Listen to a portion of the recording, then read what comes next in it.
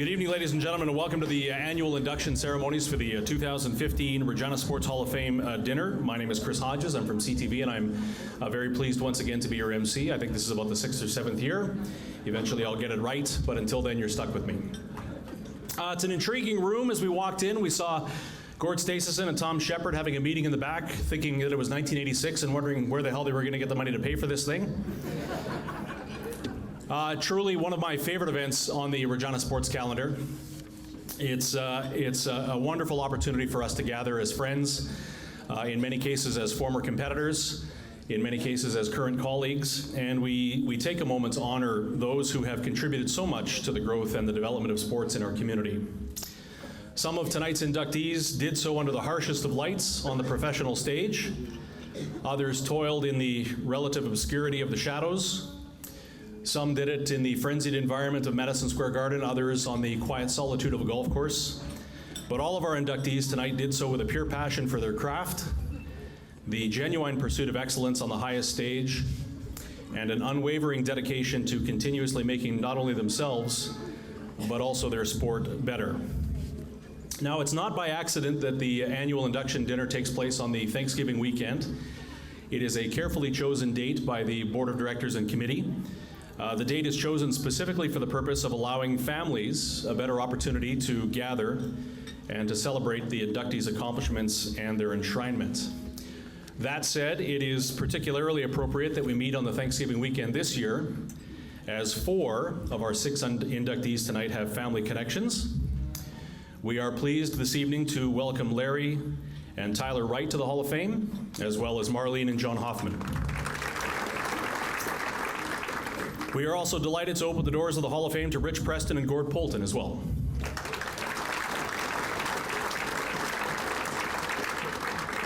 We extend to them our warmest greetings, and to them and to their families, as we welcome them to our family, forever enshrined as the honored members of the Regina Sports Hall of Fame. Replicas of the plaques that they will be receiving tonight are also going to be on display at the Regina Sport Hall of Fame's permanent location, which is located on the main level of the Cooperator Center at Everest Place. Now, for those of you who have never been to our induction ceremonies in the past, it is a light program, assuming that none of our inductees are graduates of the Scott Schultz Academy of Induction Speaks Presentation. The evening should move along at a fairly enjoyable pace. First tonight, ladies and gentlemen, I'd like to introduce you to the Board of Directors for the Regina Sports Hall of Fame and would ask that you hold your applause until I have introduced them to you.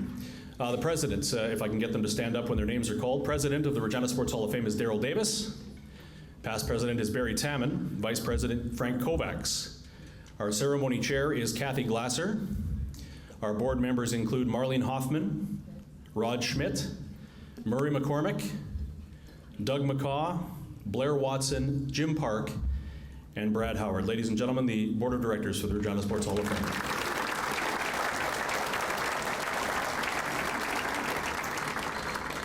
We also have a number of previously inducted members of the Regina Sports Hall of Fame that have been honored.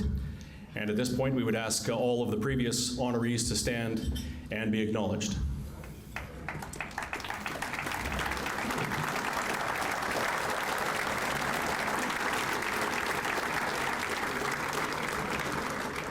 You'll find a list of all the past inductees and the honorary inductees located in your program.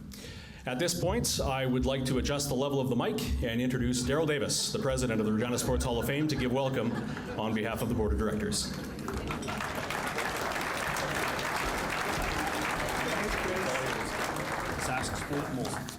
Thanks, Haji. Thank you, everyone, for being here. This is the 13th annual one. I've been to all of them. I've cried at every single one. I say that on the radio all the time. I remember Doug Wickenheiser's induction, the Govins fastball team. There's just been so many sentimental moments here that it's wonderful that you're here to share them with us. We do appreciate it. Congratulations to the 6 inductees. We remind you that we're always looking for honorable people who could be inducted, teams, athletes, builders, patrons. You can assess our website, reginasportshalloffame.com. And to show you how well it works, this year I tried to nominate former Rough Riders quarterback Tino Sinceri. He didn't get elected. So it obviously works. We have very worthy inductees every year, so I appreciate it.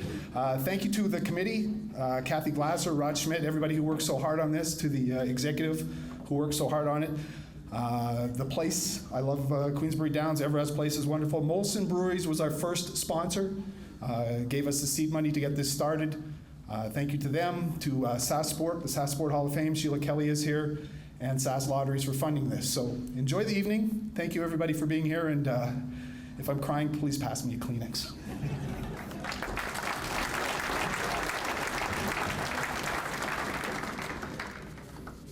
The Regina Sport Hall of Fame is all about honoring the past and inspiring our future. And at this point, we are pleased to induct the 2015 class into the Hall.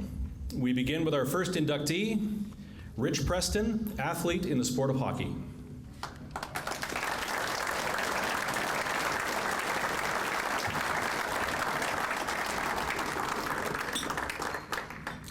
Rich played junior hockey for the SJHL's Regina Pats in 1969-1970, winning the Lee Rookie of the Year award. From there, Rich attended the University of Denver for 4 years, winning WCHA championships in 1971, 1972, and again in 1973. A 13-year pro career began as a member of the World Hockey Association's Houston Aeros, and Preston made an immediate impact at the pro level, scoring 20 goals in his rookie campaign. And as was the case in college hockey, it seemed the championships followed Rich as the Aeros won the Avco Cup. Following 3 more seasons in Houston, Preston played for the Winnipeg Jets for 1 year, winning yet another World Hockey Association championship. Following the merger of the World Hockey Association teams into the National Hockey League, Preston wound up on the roster of the Chicago Blackhawks, advancing to the Stanley Cup semifinals with the Hawks in 1981-82, and again in 1982 and 83. Also toiled with the New Jersey Devils, compiling a grand total of 580 games played in the National Hockey League, scoring 127 goals and adding 164 assists. Add to that his World Hockey Association totals of 388 games, 133 goals, and 52 assists. From there, Rich embarked on a career as a National Hockey League coach, starting as an assistant in Chicago in 1991, before moving to Calgary in 1997 for the first of 2 stints with the Flames. He joined the staff of the San Jose Sharks in 2000 and just recently was added to the staff of the Anaheim Ducks. He also served as the head coach of the Western Hockey League's Regina Pats from 1995 to 1997, as well as the Lethbridge Hurricanes from 2009 to 2013, where he was also the Hurricanes general manager. Ladies and gentlemen, please welcome to the Regina Sports Hall of Fame, Rich Preston.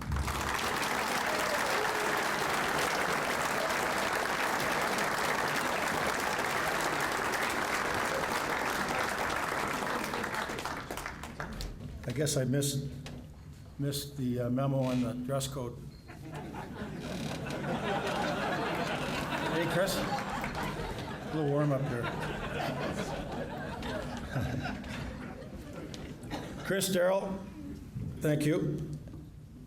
I'd like to, it's great to be here back in my hometown and see so many faces, a lot of them I haven't seen in a lot of years. Chris mentioned Gord Stason, who we go back a long ways. When I was a water boy for the Rough Riders, I forget your title, Gord. You were president, owner, something of the Riders. And Tommy, good to see you. I'd like to congratulate Marlene and John, Gord, and Larry and Tyler Wright. Good for you. Let's have a hand for them.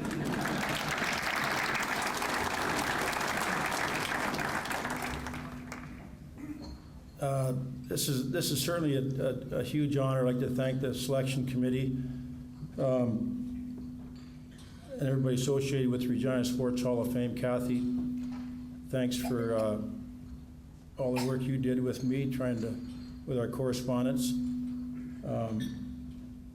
And a special thanks to my old buddy from Sheldon days, Jim Park,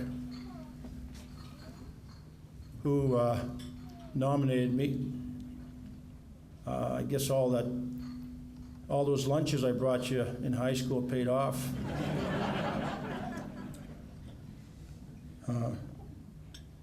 It's good to have a lot of friends and family here. Brother Bill, sister Donna,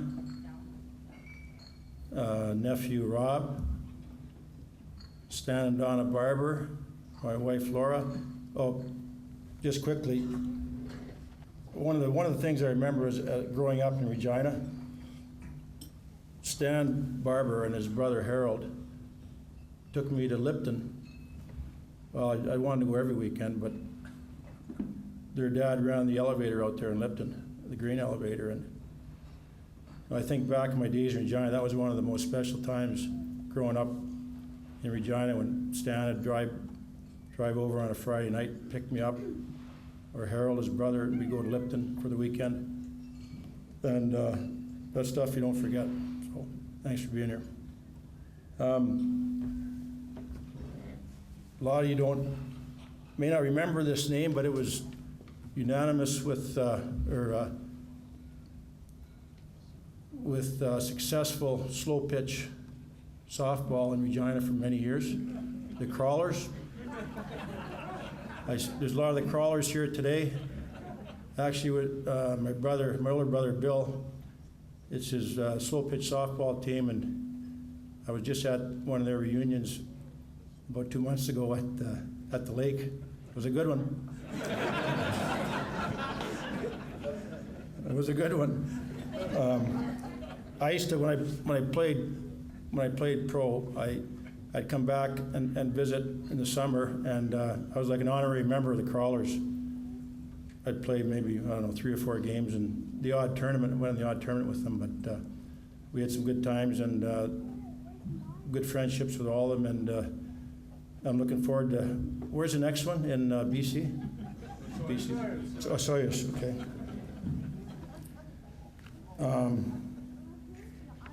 I was going to mention too that, I got 2 older brothers and a younger sister, and they were all better athletes than me. And when we grew up, it was all sports all the time. And Donna, who was the youngest, our sister, was probably the best athlete of the works, because she had to be, because growing up with us 3 grunts. Anyway, I thought about, I think Hall of Fame, you don't think you're that old, but the more I thought about it, it's really special, real special to get recognized for something you love to do. It was never work. And I loved it, it started, growing up in a football family with Dad with the Rough Riders for so many years. I want to say hi to Maz too. Steve Mazurk, good friend growing up. He's got green all over him. True rider. Another good friend besides others, Brian Matlock. We grew up together, good best friends. Kenny Salinger, Torp. Good to see all you guys here. But growing up in the football family like that, and I remember days as a water boy, and we were all water boys, my brothers and I. But I was a water boy in '66. So I retired in '66 after we won the cup. My other brothers never got it. They don't have a cup. So,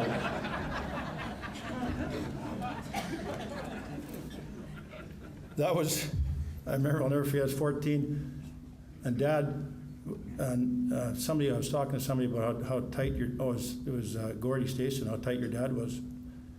Well, we know growing up, we know how tight he was, but he had to be tight with the riders. But so the '66 Grey Cup, Dad says we can't afford to fly the water boys out there.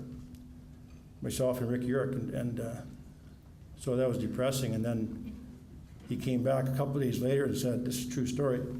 He said, well, there's one way we can get you out there. You have to take the bus with the cheerleaders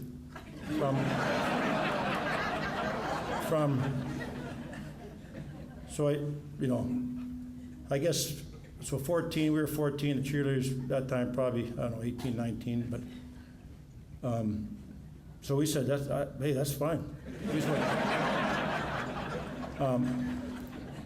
As long as we get to Vancouver to the Grey Cup game. So, bus, that's a long bus ride from Regina to...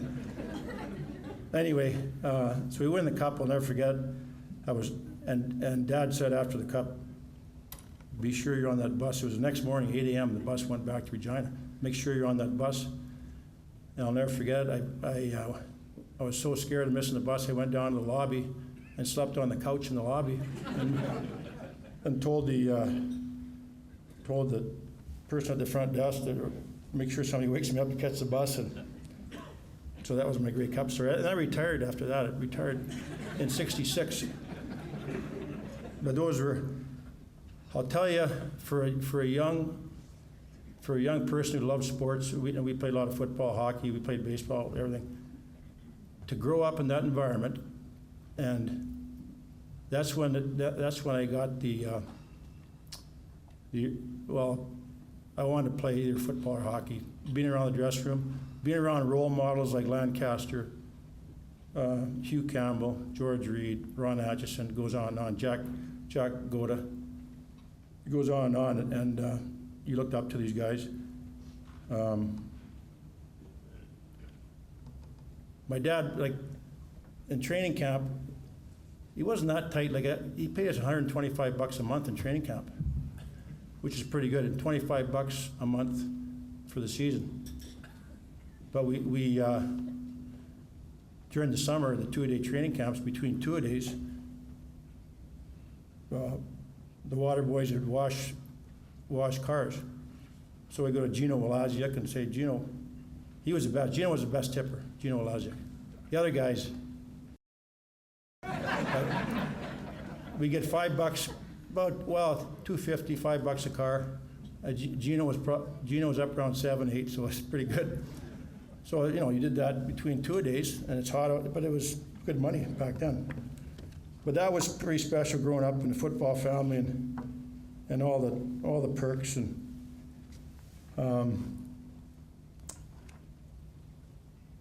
anyway, moving on, it was great to play for the Pats for 1 year,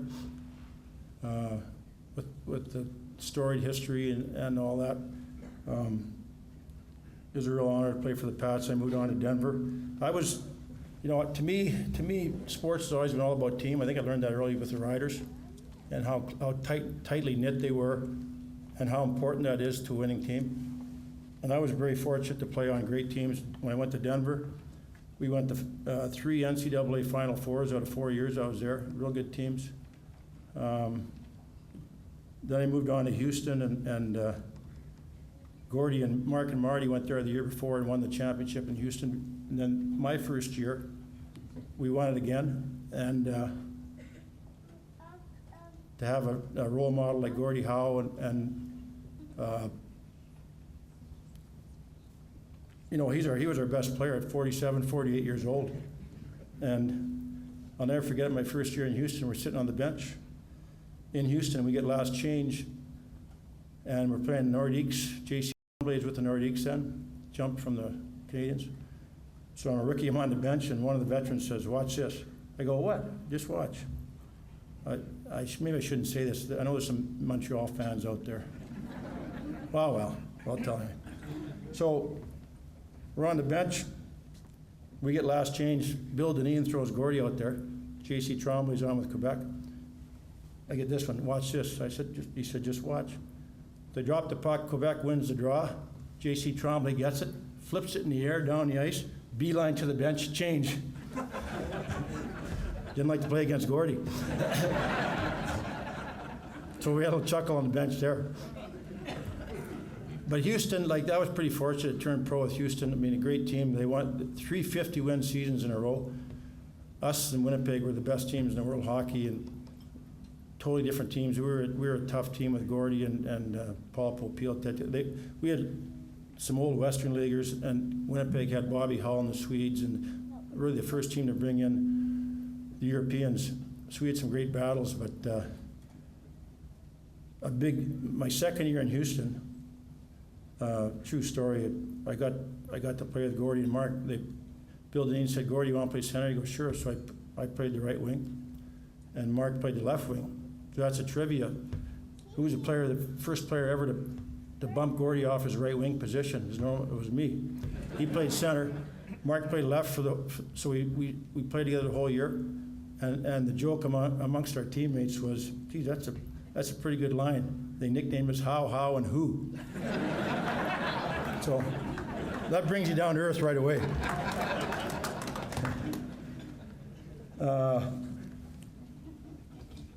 But those are great years in Houston. We had a good team, a real tight team.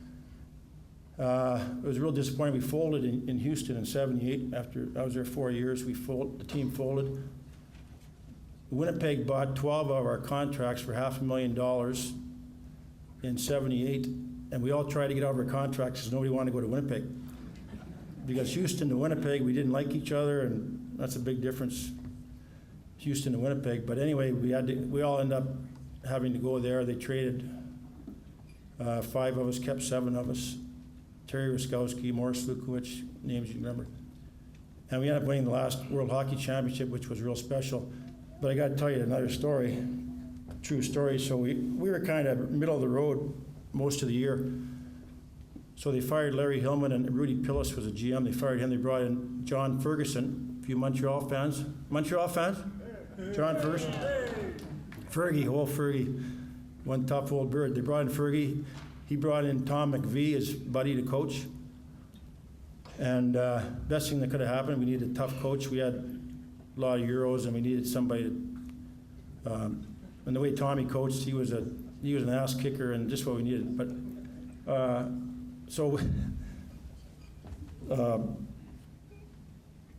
Fergie brings in Suitcase Smith, Gary Smith.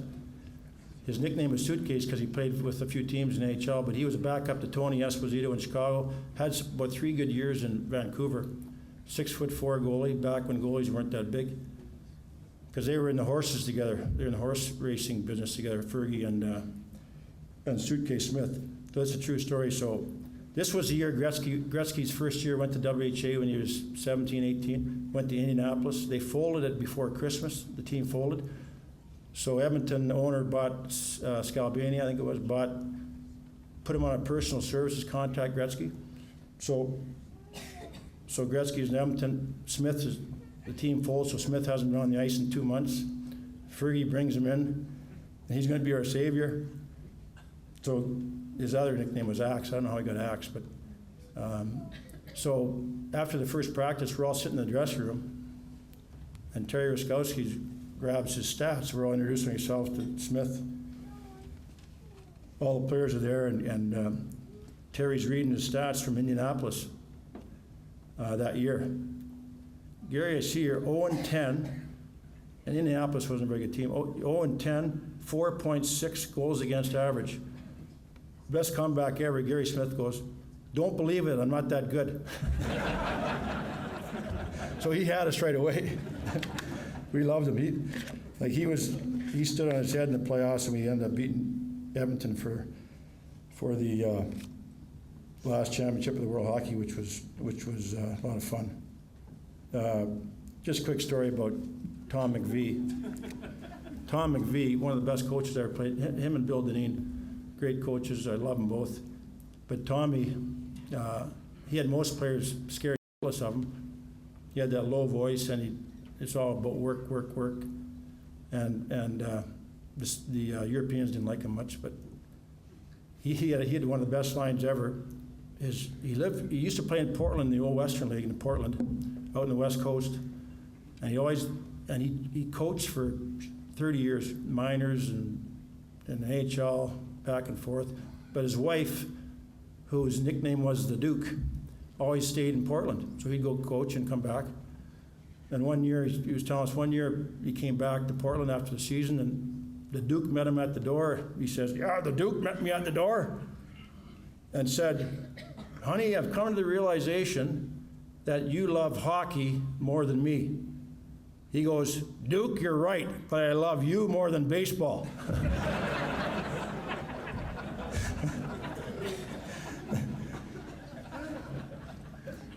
Anyway,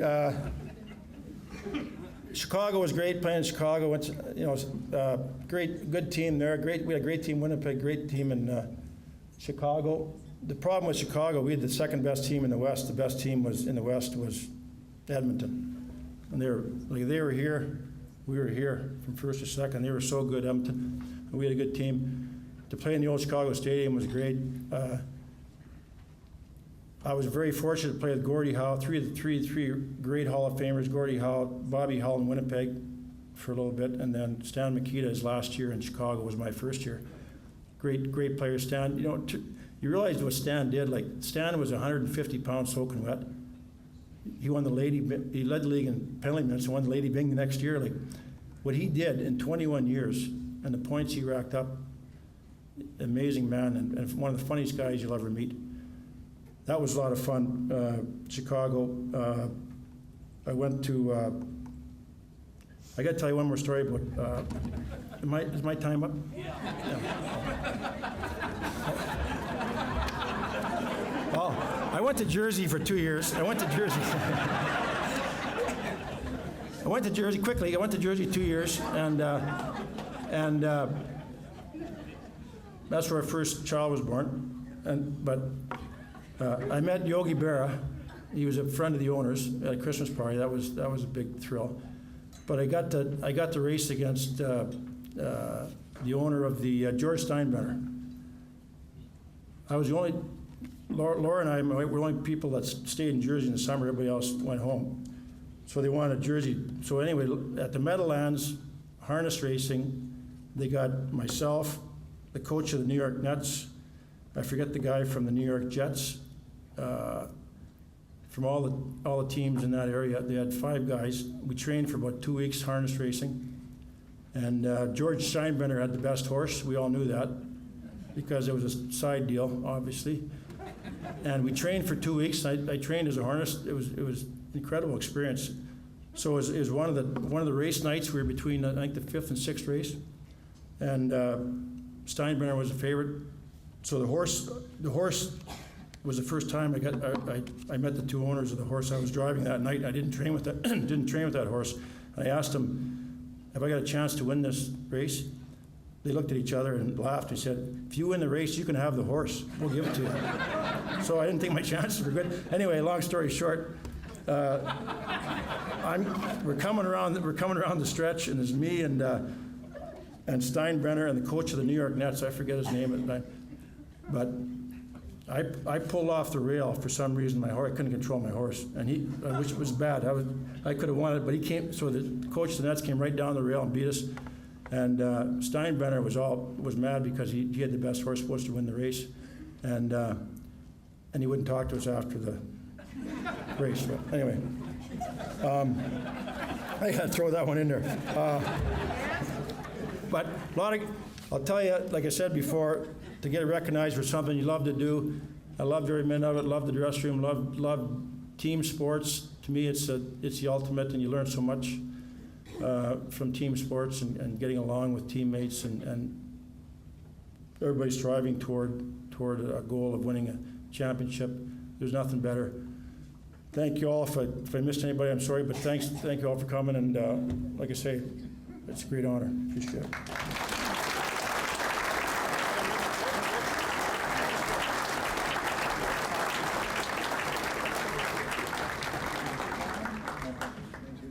Well, that's our program. Thank you very much for coming.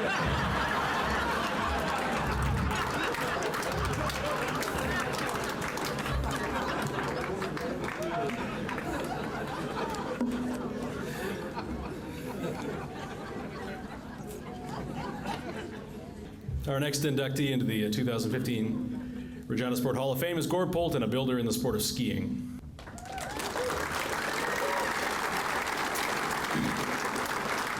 Gord Polton started downhill skiing in the late 1960s on skis that were fashioned by his grandfather before his fundraising efforts allowed him to buy real skis with cable bindings and steel edges. The Polton family built the hill dubbed the Polton Pimple, and after moving to Regina in 1975, he joined the ski patrol, arranging ski trips while becoming a certified coach, leading the Nancy Green and Alpine race teams. Soon thereafter, he became a level 2 coach. After Gord's son, Mike, became paralyzed from a skiing accident, Gord took over the Regina Ski Club's adaptive program and set up fundraising efforts, including the SaskTel Challenge Cup. Like so many of our sports builders over the years, Gord has served on a number of boards and helped more than 10 athletes advance to provincial, national, and para-alpine teams, including Kurt Otway, a longtime member of the national para-alpine team and a participant in the 2014 Paralympics in Sochi. Kurt Otway sends regards this evening. We're gathered here to induct Gord into the Regina Sport Hall of Fame as an outstanding example of coaching excellence here in the province. Unfortunately, I cannot be here to thank him personally for all of his hard work and dedication to alpine skiing, para-alpine skiing, and the sport in general, as I am currently in Austria with the Canadian National Para-Alpine Ski Team training for the upcoming 2015-2016 IPC World Cup season. I first met Gord in the spring of 2010 at Mission Ridge, and from the first time I met him, I could tell that he was not only knowledgeable about sport, but also passionate in his desire to help young athletes and aspiring athletes to achieve excellence in their sporting goals. He has not only dedicated his time and energy to sport, but has also made it his goal to help people achieve theirs, and it's only fitting that he is today being inducted into the Regina Sport Hall of Fame. So on behalf of myself and the Canadian Para-Alpine Ski Team, I would like to take this opportunity to thank Gord for all of his years of hard work and service to the sport of skiing and to dedicating his time and energy to make himself and his community better. Gord taught me a lot about downhill skiing, and in the case of going fast and winning, I can assure you that gravity is your best friend. Congratulations, Gord. Kurt Otway, Paralympian.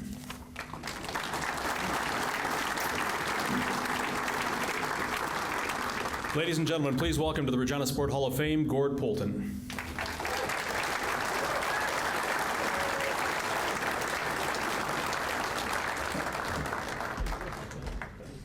Well, Rich, I'll try to keep it a little shorter since you've used up all my time.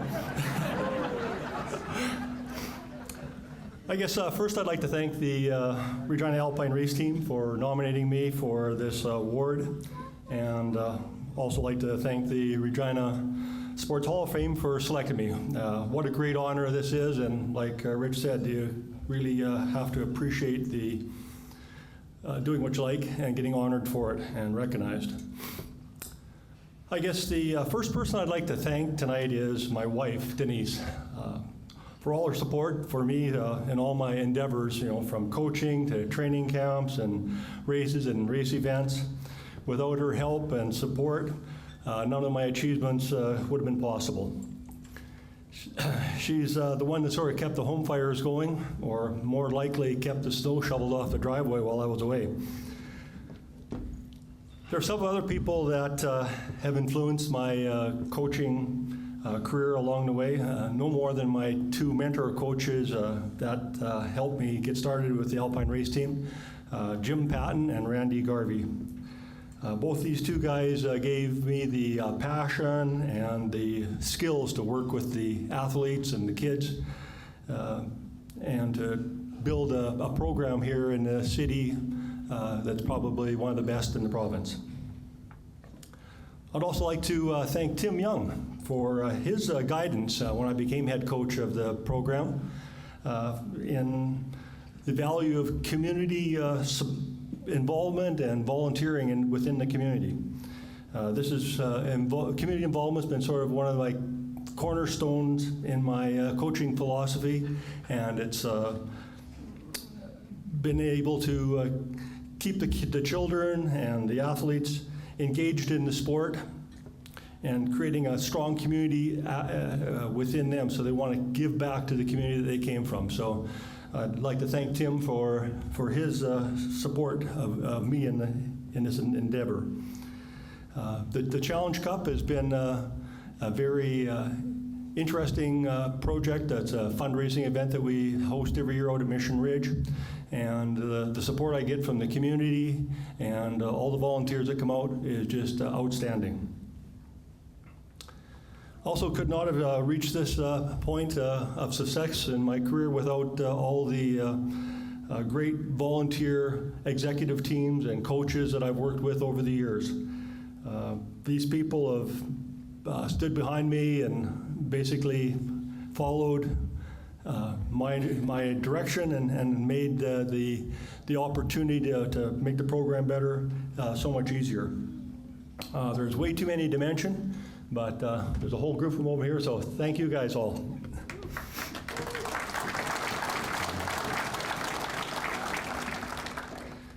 As you heard from my bio there that Chris read, I've been interested in downhill skiing for a long time. For my very first steps on, Polton's Pimple, which was basically a pile of straw bales with some snow blown on top of it on the back 40. People have asked me what's kept me in coaching, and I kind of related to the I got it moment. And this is the moment when you're working with an athlete or a new beginner skier or whatever, when you start explaining the skill you want them to take, and it goes from explaining the skill to the moment when they've actually can do it.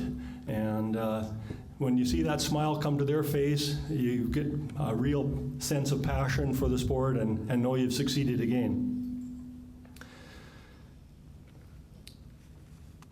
I guess that moment can come, like I said, with a 5-year-old learning their first little turn to the left or right, or it can be with a Kurt Otway going down the slopes at Sochi at 120 kilometers an hour. It's quite an event, or quite an emotional thing to see that happen. My son's accident led me to becoming involved in the adaptive ski program. I could not have developed that program without the help from one of my best friends, Mark Catterall. He was one of the first people that stepped up and helped volunteer to make the program work, and he's become probably one of the best adaptive skiers in the province. I guess this program's given me the opportunity to meet some of the most courageous and determined people I know. And Matt and I have had some very numerous daredevil moments on the ski hills together over the years, him and his sit ski and us going through fences or whatever together.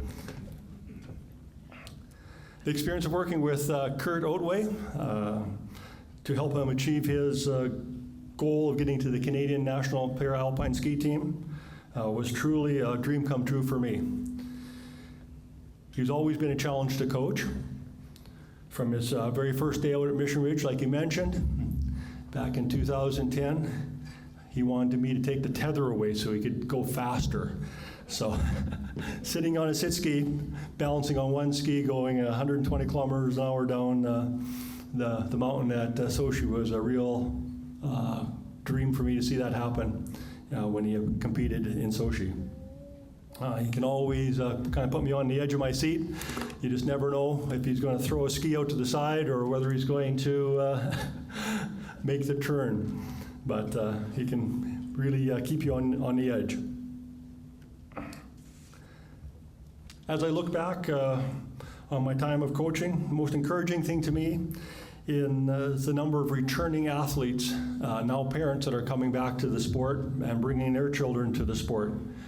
That was no more evident to me than last year we did our annual coaches meeting, and sitting around the room there was 3 generations of athletes and coaches that I'd trained or worked with, and they all were coming back to the sport and wanting to volunteer and bring their children out to develop those same great skiing skills and memories that they had when they were on the team. So it becomes very rewarding to see that happen as a coach. Again, I'd like to just thank the Regina Sports Hall of Fame for selecting me for this award, and thank you all.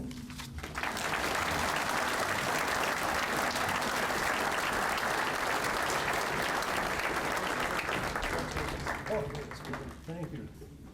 Congratulations, Gord. Our next inductee into the 2015 class of the Regina Sport Hall of Fame is Marlene Hoffman, a builder in the sport of volleyball.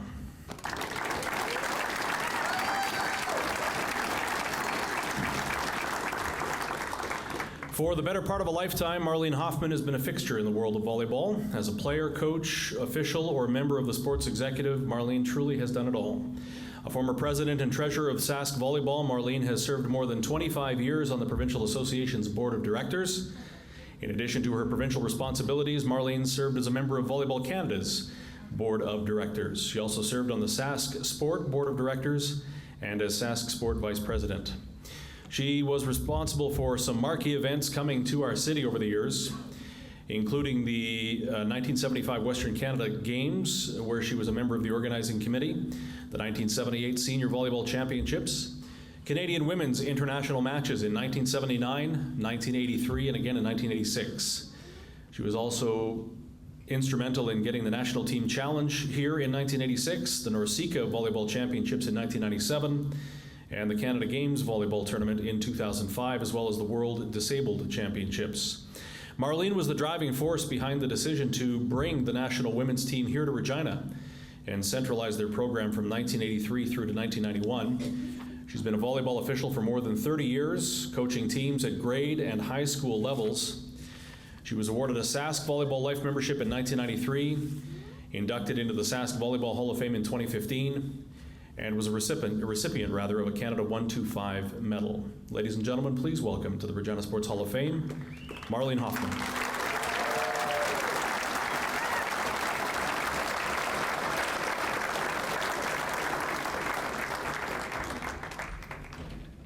Hi. I'm used to being on the other side of this. Hall of Fames is something I've been working on in the Regina Hall, introducing people. The Saskatchewan Hall, I was president there and introduced inductees. Volleyball Canada, I introduced them. Except I have a writer doing that for me. Wayne Hellquist usually does my script, so now I have to do it on my own. A builder. Didn't start out wanting to be a builder. Didn't even think about it. All I wanted to do was play volleyball. It was the love. Actually, I didn't even want that in the beginning. I wanted to play basketball, but my phys ed teacher, as phys ed teachers go, usually convince you to go where they think you should be. And volleyball was what she picked for me, and that's where I ended up. And 52 years later, I'm still involved with volleyball. I moved here in 1963. I had played in Toronto for a couple of years with the Canadian team there, traveling in the States, playing, winning a Canadian championship there. And so I came here thinking, okay, I'm going to just join a team in Regina. And when I got here, I found out there was no women's team. There was no club team, only school teams. The only team there was the YMCA. So I went down to the YMCA and asked the guys if I could play. And they said, sure, come and join us. Except you have to go on to the Saskatchewan Volleyball Association board and become a referee, so that we've got a referee and a board representative from the female side of things. So I did. That's when I started with the SVA in 1963 and continued to 2008. So 45 years on the board for SVA.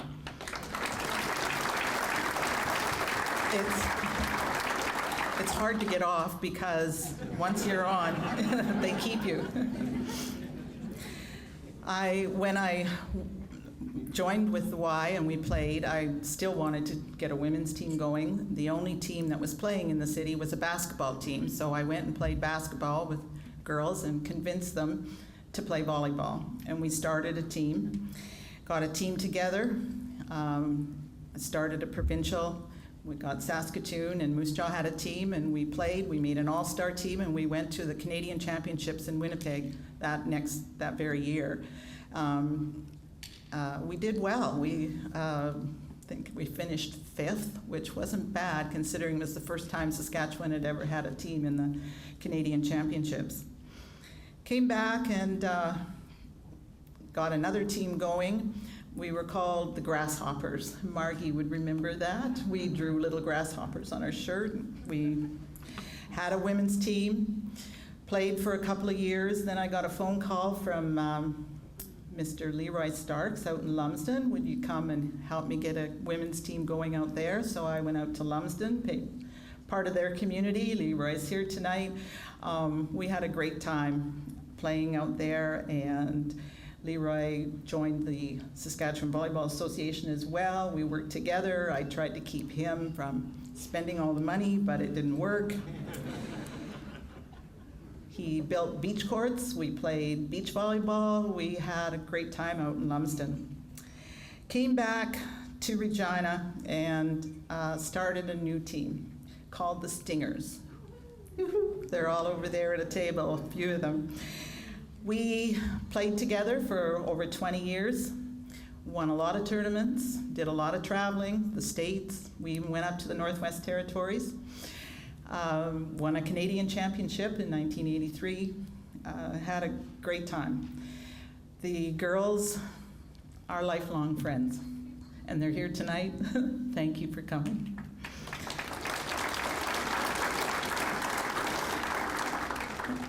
Playing wasn't everything. I started teaching school here in Regina, and of course, as a phys ed teacher, you're the coach, so I coached the volleyball team at Marion High School. And the priest next door at Campion got a hold of me and had me come over and coach the boys' volleyball team over there. And I think there's a couple of boys here tonight from my volleyball time at Campion. I continued at high school for a while and then continued reffing high school. I think just about anyone who's ever played volleyball in this city in the last 50 years, I either coached you or reffed you. I continued with the coaching when my children started playing, and 4 of my children are here tonight. All 5 of them played volleyball. They all 5 represented Regina on the volleyball team at Saskatchewan Games.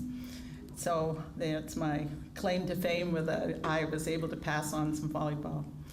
So the kids played, and now my grandchildren are playing. There's some of them here tonight as well, most of them. They all are starting to play volleyball too. So it's wonderful to be able to have something that you can pass on and enjoy, watching them play. The SVA board, I was president and a few other positions, but the one I held the longest was treasurer. Was treasurer for over 20 years. My claim to fame there was to get us out of the red and into the black, and that made me feel good. This has been a wonderful year, 2015. I got a new hip,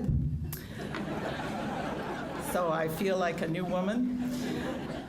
John and I celebrated our 50th wedding anniversary in August, so that was a good time. And now this award. So things come in threes, and that's my 3 wonderful things this year. Of course, you can't do any of it without family and support, and thank you to John. He was always there for me so that I could travel around with the girls and do my thing. We worked together on it and shared, and it worked. I want to thank everyone tonight who came to support us and to support the Regina Hall. It's an honor, and thank you very much.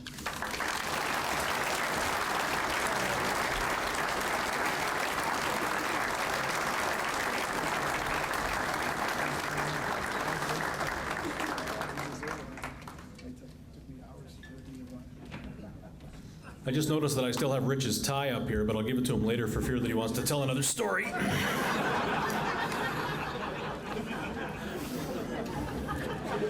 Our next inductee into the 2015 class of the Regina Sports Hall of Fame is John Hoffman, a builder in the sport of bowling.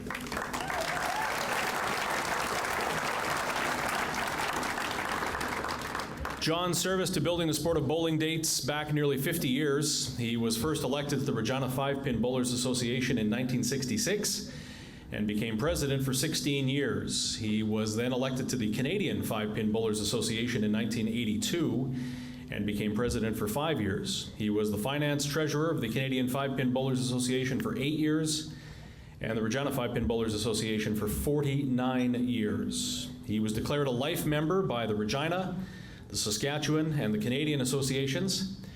He helped establish the Bowling Federation of Saskatchewan, which brought together different bowling associations to receive provincial funding through Sask Sport.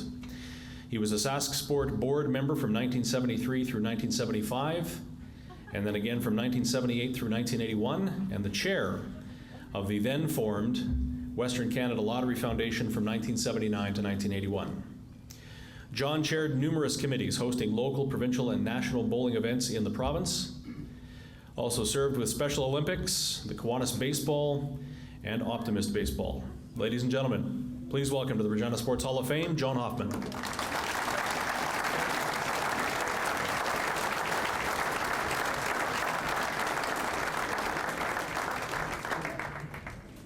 First of all, I'd like to thank the Regina Sports Hall of Fame for this honor.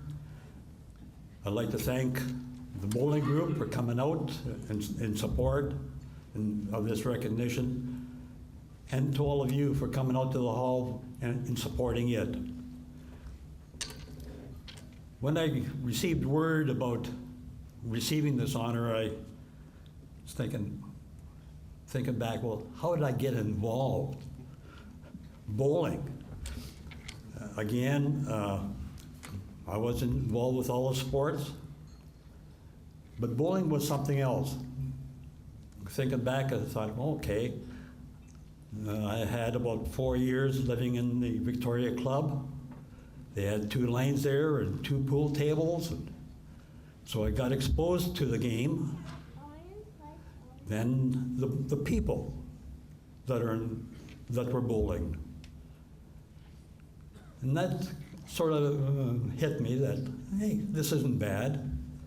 High school, going to Campion as a resident there, we had a bowling league with Marion High School that we bowled together, and went to a city high school tournament, city championship. And here the people that were involved at the Victoria Club were down at the lanes helping us bowl in the city championship, the city high school. Red Glaser and Joe Most were the 2 of them that were there that I'll never forget that they were down there and helping. Went to university.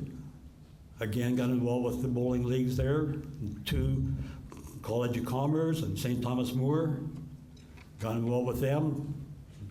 Sort of the league secretary for both of those.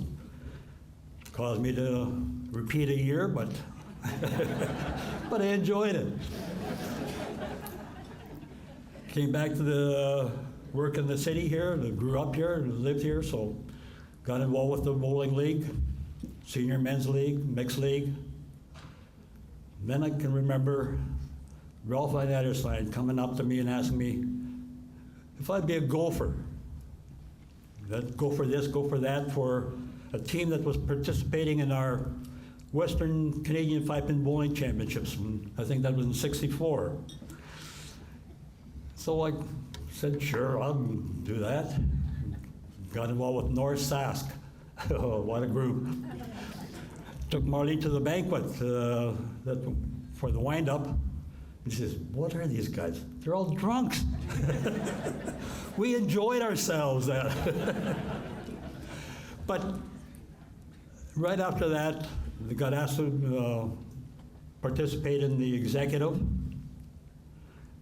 Been there ever since. I'm still there. But being on the executive, the administration part of it, is no different than being on a team. You have to work together to promote the game, to keep the game going, and to make sure that everybody is happy, your bowlers, your members. And that's the part about being part of an executive why I'm still there. Because we're working together to promote our sport. Thank you for coming out this evening. I enjoyed this. And again, myself too, I'd like to thank our family for coming out, supporting us over the years in our travels, when we had to travel. And they made a couple of trips with us too, but they enjoyed it. But thank you for coming out, and have a good evening. Thank you.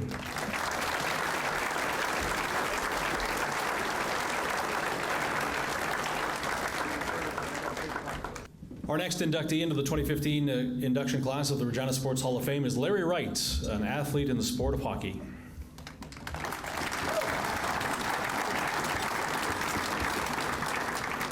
Born in Regina, Larry first came to local prominence as a member of the 1967-68 Regina Pats, scoring 20 goals, adding 47 assists in 60 games as a rookie. In 1968-69, he was a member of the Pats team that advanced to the Memorial Cup final, ultimately losing 4-0 to the Montreal Junior Canadiens, a team that many regard as the greatest junior hockey team of all time. He spent a season at the University of Minnesota Duluth before returning to the Pats, finishing his final junior campaign with 24 goals and 60 assists.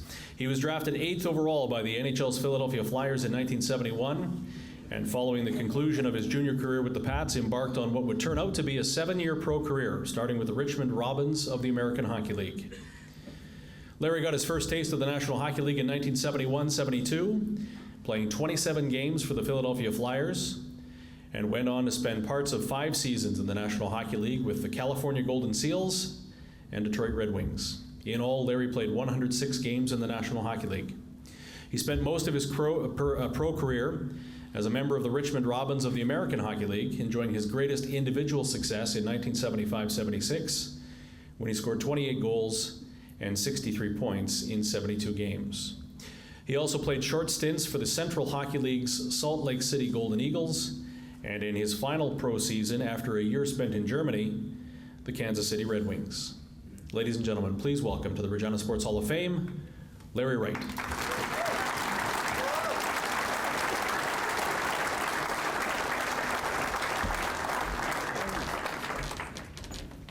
Thanks, Chris, Daryl, and Kathy. My longtime friend, Spence Burgess, can attest to just how much I love making speeches.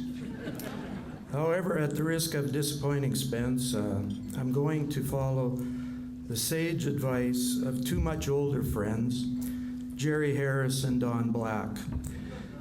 They both assured me that the audience would love if I kept my speech to a 2-minute limit. So here it goes. It's truly an honor to be inducted in the Regina Sports Hall of Fame. I would like to thank my good friend, Ron Nugent, for the time and effort he put into my nomination, and the Regina Hall of Fame committee for selecting me. Sincere congratulations to my fellow inductees. At this time, I would like to acknowledge Rich Preston. Rich and I share a history that takes us back 50+ years. When as young boys, we played with and against each other. What a great career you had. And I are still having it, Rich. Congratulations on your new position with the Anaheim Ducks. As well, I have to say that my induction tonight is even more special because I'm sharing this honor with my son, Tyler. Tyler's passion and hard work have always been prevalent in his athletic pursuits. We are exceedingly proud of you, Tyler. Congratulations. This is a well-deserved honor. I know that athleticism, passion, right place, right time, and hard work are often mentioned in terms of one's career successes. But it's the people I met along the path who truly made a difference. And this is a perfect opportunity to acknowledge some of the people who influenced me during my hockey development and career. 2 coaches who contributed greatly to my development are Bob Turner and Larry Wilson. Bob Turner gave me the opportunity and confidence to play major junior hockey at 16 with the Regina Pats. And Larry Wilson, Ron Wilson's dad, who coached me for many years in the American Hockey League, brought me to Detroit. He knew when I needed a kick in the ass. From the beginning, my mom and dad were my biggest fans. They were always there for me, never pushing and always supporting. I wish they could be here to share in this special evening. They were wonderful parents. My wife, Linda, lived through the ups and downs of my career and never wavered in her support and understanding. I know that there were times she wanted to run away, but thankfully she hung in there. Thank you. my sister Darlene, who perhaps at times was more excited than me about my successes. Thank you. My best friend, Gary Drummond, who's been more like a brother and unfortunately can't be here tonight, was always there for encouragement. I recall one early morning call from Gary when I was playing in for Detroit. The conversation went like this: Gary, why the hell were you fighting Barry Beck? For the younger people in the audience, Beck was a talented player who could throw a mean punch and stood 6'3" and weighed 215 pounds. My response, well, I'm surprised I got a 5-minute penalty. Beck hit me between the eyes and I went down. The next thing I remember is Dennis Hall pulling him off me. Thankfully, the punch missed my nose. It's big enough as it is. Thanks, Drum.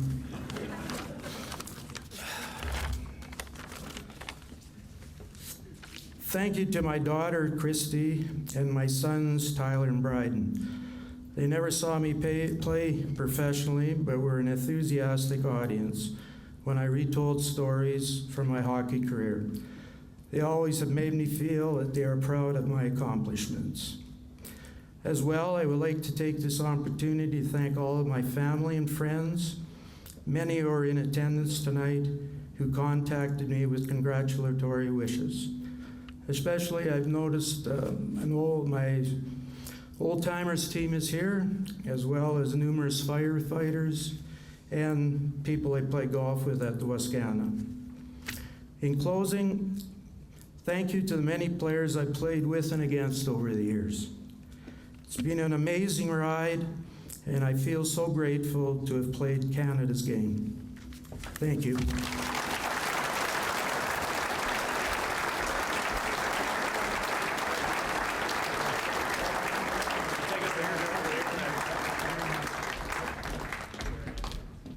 And our final inductee into the 2015 class of the Regina Sports Hall of Fame is Tyler Wright, a multi-sport athlete in the sports of basketball and golf.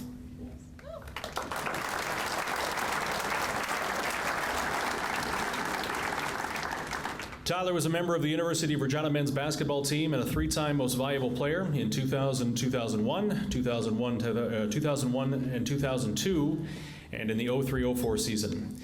He was the Canada West Conference All-Star in both 2000, 2001, and again the following season, and set multiple single-season scoring records, and currently sits third in career points scored with 1,406. He still holds the Cougar records for points in a season with 459 back in 2001-02, and went off, as the cool kids would say, on November 10th, 2001, in a single game performance that has yet to be equaled in Regina Cougar history, 49 points against the Winnipeg Westmen. Tyler was the captain of the Cougars for 3 seasons, and also in addition to being a standout athlete, he was a tremendous scholar, winning the President's Award in 2002. It should be noted that the President's Award recognizes the student athlete at the University of Regina who maintains the high academic average while having significant success in their sports at the CIS level. Not satisfied with being pretty good at one sport, he's also a pretty crackerjack golfer. He was the Golf Saskatchewan Men's Player of the Year and Order of Merit winner in 2014. He was a Willingdon Cup team member in 2002, again in 2005, again in 2014, and most recently this past summer, and an 8-time member of the Saskatchewan provincial team. He's a 2-time Regina City Amateur Champion, winning that title back in 2001. And again the following year. He was the Saskatchewan Mid-Amateur Champion in 2014, a 2-time high school champion in 1995 and 1997, the high school provincial champion in that 97 season, and a 2-time junior city champion in 1995, and again in 1997. Ladies and gentlemen, please welcome to the Regina Sports Hall of Fame, Tyler Wright.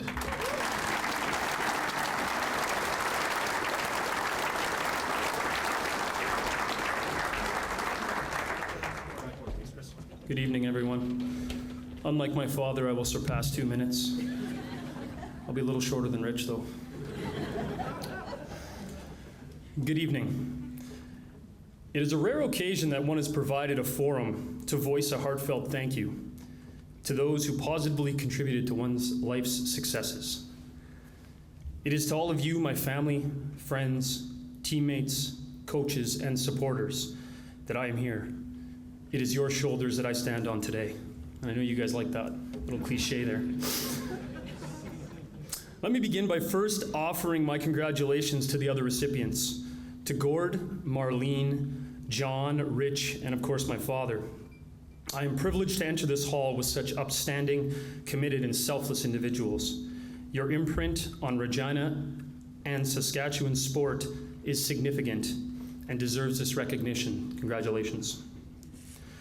I would also like to offer a special thank you to Ryan Shada for nominating me, to Steve Burrows, coach of the University of Regina men's basketball team, and Brian Lee, Executive Director of Golf Saskatchewan, for writing letters on my behalf. And further, thank you to the Regina Sports Hall of Fame board members for bestowing this honor. I look forward to contributing in whatever capacity I can to the Regina Sports Hall of Fame. I am a firm believer in the notion that success in life is a consequence of the opportunities provided. Over the course of my life, I have been blessed to have many positive role models and influences that have granted me countless opportunities. My parents, Larry and Linda, are hardworking and dedicated parents who set expectations and limits, always provided much needed support and love, and above all, have faith in their children and subsequently model this unconditionally every day. Mom and Dad, today is a result of the opportunities you provided me. This is a testament to your parenting ability to draw the best out of me, even when I was waning or frustrated or on the verge of hanging it up. Thank you. I'm fortunate to have a driven, bright, and successful older sister. My sister, Dr. Christy Wright, and I know she hates when she says that, and she's probably rolling her eyes over there right now, but I think it should be noted, 14 years in university, that's completely ridiculous. But she provided me with unbelievable opportunity. As the oldest Wright, she blazed a trail for my brother and I that forced us to toe the family line and live up to her respected reputation. She set the precedence for high grades, modeled concerted effort in sport, and as a controlling older sister, always made sure I was hanging out with the right people and dating the right girls. As a result of her lead, I've been able to find true success. Thanks, Christy. My younger brother, Bryden, is my best friend and my all-time favorite teammate, and this is fairly ironic considering we only played 1 year of basketball together. And that was on the 2003-2004 University of Regina men's basketball team. I should note, too, that most of the time people think I'm younger than him, but surprisingly, I'm actually 5 years older than him. So if you see him later, he looks like me and I look like him. But but even with this limited experience of playing with my brother, without a doubt, he's the best defender I've ever played with. Making the choice to defend resounds with us sporting types. The defender is often absent in the post-game media scrums. However, at the end of the day, as players, we know that the most valuable asset to a team is the person who sells his chance at individual glory, so the team can reach their lofty collective goals.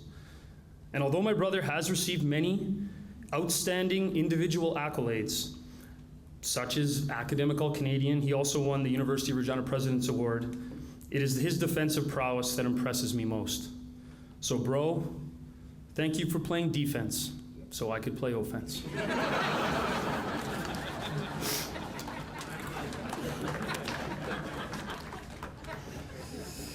I had very supportive grandparents, Myrtle and Glenn, Shirley and Louie. They've all passed, but during their tenure on Earth, they spent a lot of time cheering for me at sporting events.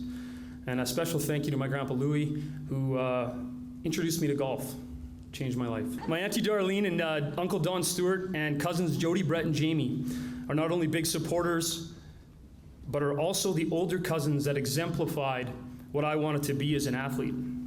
When I heard and saw my cousin Jody play volleyball for the University of Regina and later the University of Northern Michigan, my cousin Brett play hockey for the Humboldt Broncos, lead the SJHL in scoring, win a Centennial Cup, and play professional hockey in Europe. And Jamie contributes significantly to the Sheldon Spartans senior girls basketball city and provincial three-peat, and then go on to play volleyball and basketball at Black Hills State University at South Dakota. It was easy for me to envision myself competing at this same level. And I know Jamie's here and my aunt's here, so thanks for coming. For as long as I can remember, the Drummond family was a staple in my life. I have always considered Gary and Audrey and Preston and Jason my second family, and thus many of my successes are a consequence of their support and belief in me. I firmly believe that if that fateful night in August of 2013, when Gary and my dad essentially told me that I wasn't living up to my potential as a golfer and it was time to start playing competitively again, wouldn't have happened, I wouldn't be here today. I wouldn't be standing here today. 3 more provincial teams, a Saskatchewan Mid-Amber Championship, and a 7th place finish this summer. And I clearly recognize that success in anything is exceptionally difficult without the advocacy and support of those who care about you. So thanks to the Drummonds. And I would be remiss if I didn't talk about Jason Drummond. I know he's over there. And talk specifically about my buddy Jason. Our teammate bond is clearly present, and it was fostered as a result of years and years of family vacations, countless weekends spent together, and 2 fantastic years with the University of Regina. And I have to say that nostalgic reflection, Jason often places me in a keg somewhere in Canada, eating a steak and Caesar salad, and nailing a number of whiskeys. So thanks, Jace, for those sweet memories. That was our post-game ritual, by the way, the keg stomp. So. During my formative years and continuing today, sport has allowed me to build many significant friendships, in particular, the group of friends who are in attendance today. So stand and be recognized. My friend Jared Carlson, we've been friends for a long time. Dave Brown, actually, good point about Dave Brown. He's not here tonight. Just recently he called. He decided to get on a plane this morning and go to Toronto. And the Jays lost. So some friend he is. Scott Weber, Trevor Troy, Tyler Dice, Joachim Smedu, and Dave Hamilton. As a teacher and a parent, I recognize my fortune for having such a special group of loyal and caring friends who uphold similar values and possess a comparable work ethic. Thanks for coming, guys. Also should say thank you to the extended family. Many of them are here today. JJ and Ezra, Allie and Madden, Ken and Gail Fensom, who fed me multiple times when my parents were vacationing in Phoenix with the Drummonds. So thanks, Ken and Gail. Where are you guys? There you are. And Todd and Spencer and Brody. I know I already mentioned Jamie, but you as well. Kelly Drummond, and to my wife's family as well. I will talk about my wife at some point tonight. But including her parents, Steve and Marlene. We're actually crashing at their house right now, waiting for a house to be built. So, and it's we're not paying them anything, so that's the good thing. And Jen's brothers, Andrew and Jeremy. So, fantastic people. Thank you. And I apologize. I could have did this broad thank you to my teammates, but there's certain teammates that you grow really close to. So I'm just going to list them, and I apologize, but it's a lengthy list. I played 2 sports, so I apologize. But to Bryden and Jason and Dave Hamilton, thanks for coming. Appreciate it. And a big thank you to Chris Warnicki, Joel Hunter, Ryan Michael, Zach Michael, Jeff Glaspel, Mark Miraz, Ashley Yeaman, Steve Podwin, Scott Goebel, Mike Staffen, Dale Holmes, Drew Hunter, Kevin Gilroy, John Salgado, Brennan Schwartz, Brad Facula, Taitua Samoa, and Will Porter, and that was just basketball. Here's my golf list. Lindsay Bernikevich, Luke Sheard, Gord Brown, Tyler Kellett, James Tazakis, Jason Galan, Graham Dillette, Lee Fairburn, Colin Coben, Martin Ring, Brad Phelps, Chris Carley, Ryan McNall, Rick Lettingham, Grant Finley, and Randy Gilowich. And I know I missed a lot of people, so I apologize, but those are the ones on the tip of my tongue, so thank you to all of them. A big thank you goes out to my, if you can believe this, my elementary basketball coach, Al Amundsen, but he was one of my biggest supporters, and he would come to all my high school games, and he would come to my university games. Pretty impressive. So thanks to Al. I'm also indebted to the staff at Michael A. Riffle High School from 93 to 97. I know Mike O'Donnell's here. Where's Mike? I think I saw him somewhere. There he is. He probably didn't think he was going to make it on this speech. He's probably happy that I brought him up now. But Mike came to Riffle to be the vice principal in my grade 12 year. And I remember he sat me down. He wasn't very impressed with my average. And he told me, time to pull your socks up. But here's the deal. If you pull your socks up, I will get you a scholarship, or I will try my hardest to get you a scholarship to the United States. And thanks to Mike, I was able to go to Idaho State University, and it was a very fantastic experience. So thank you very much. I also have to mention Tracy Fuchs and Bill Allen, who are my coaches. They, really during my formative years, they were essential in my development as a basketball player. So thank you to them. And of course, vital to this induction, I have to thank the University of Regina, and in particular my coaches James Hillis and Steve Burrows. Your guidance, teachings, and belief in me as a basketball player allowed me to truly succeed at the university level. This introduction has your fingerprints all over it. Thanks, guys, for coming. They're both here tonight. Really appreciate that. Also, a special thank you to Miles Nockbar. He was our trainer. A lot of massages for Miles. Dale Patura, our physiotherapist at U of R, and then, of course, Dan Farthing, who is my strength and conditioning coach for both basketball and golf. So much appreciated. And I certainly am indebted to Gord Burgess and Graham Coulter for swing training for golf. The Royal Regina Golf Course, I was a member there from 89 to 2006, and then I've been at the Wascana Country Club since then. The management and membership has always been extremely supportive, and I know there's a lot of you out there who are members there, and I really appreciate your support. And to my caddy, Dirk Gettle, who's passed, but he carried the bag twice when I won the City Amateur, so. I thought I'd throw this in there too. Thank you, because I'm thanking everyone, it appears. Thanks to Dr. Salgado and Dr. Bill Johnstone for keeping me upright all those years. Almost finished. I'm fortunate to work for the Regina Catholic School Division. The Regina Catholic School Division Learning Online, who's my buddy Wade Hawko runs it, and he's a big supporter of me. And I teach at Miller Comprehensive Catholic High School. And I just want to say thank you to the staffs and everyone involved with Regina Catholic. They've just been fantastic to me, so much appreciated. And last and certainly not least, to my supportive and beautiful wife, Jen, and daughters, Scarlett and Indiana. As the significant others in this room can surely attest, it is difficult and trying to be tasked with holding down the household and taking care of the family while your significant other is gallivanting across Canada playing a non-for-profit sport. Jen, thank you so much for letting me chase my dreams. This achievement is as much yours as it is mine. And without you and your willingness to be a single parent during these times, my potential as an athlete would never have been realized. My hope is that when our girls are older,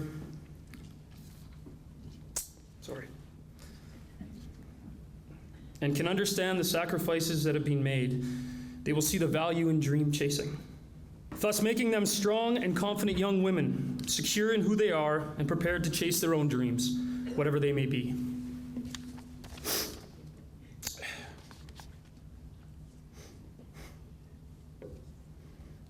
I told my buddies, I'm like, oh yeah, I'll be solid up there. For as long as I can remember, I coveted the trophies and plaques and pictures that adorned my father's office. Because of this, I have and will forever chase the dream of becoming a professional athlete. And although I may never attain this dream, it is clear today that the hard work, perseverance, and sacrifice was not in vain. I am proud to be a Regina and Saskatchewan citizen, and I am truly honored to be a member of the Regina Sports Hall of Fame. Thank you.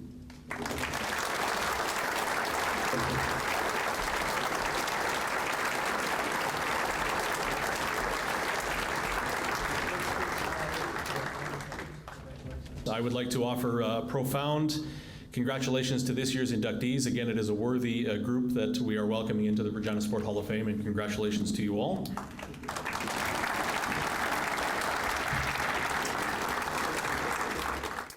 In addition to the permanent display that I mentioned earlier, which is at the Cooperator Center, the Regina Sports Hall of Fame also has a digital footprint.